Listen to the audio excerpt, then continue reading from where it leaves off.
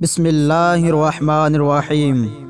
میرے معزز و محترم دوستو، السلام علیکم۔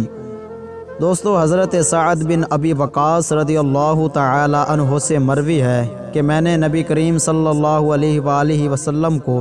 کسی زندہ انسان کے حق میں یہ فرماتے ہوئے نہیں سنا کہ یہ زمین پر چلتا پھرتا جنتی ہے، سوائے حضرت عبداللہ بن سلام رضی اللہ تعالی عنہ کے۔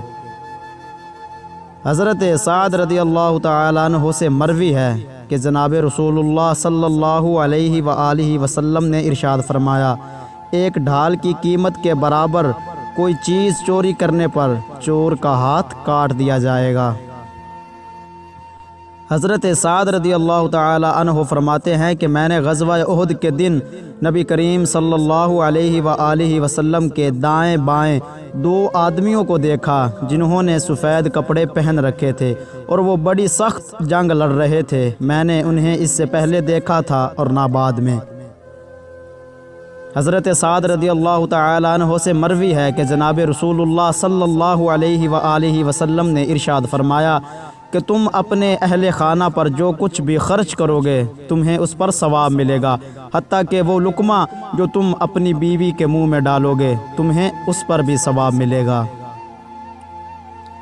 حضرت سعد بن ابی وقاص رضی اللہ تعالی عنہ نے اپنی آخری وصیت میں فرمایا تھا کہ میری قبر کو لحد کی صورت میں بنانا اور اس پر کچی اینٹیں نصب کرنا، جیسا نبی کریم صلی اللہ علیہ وآلہ وسلم کے ساتھ کیا گیا تھا۔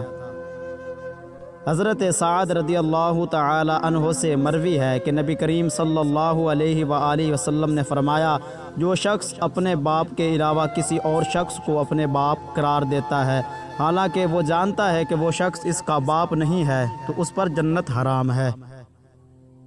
حضرت سعد رضی اللہ تعالی عنہ سے مروی ہے کہ جناب رسول اللہ صلی اللہ علیہ وآلہ وسلم نے ارشاد فرمایا،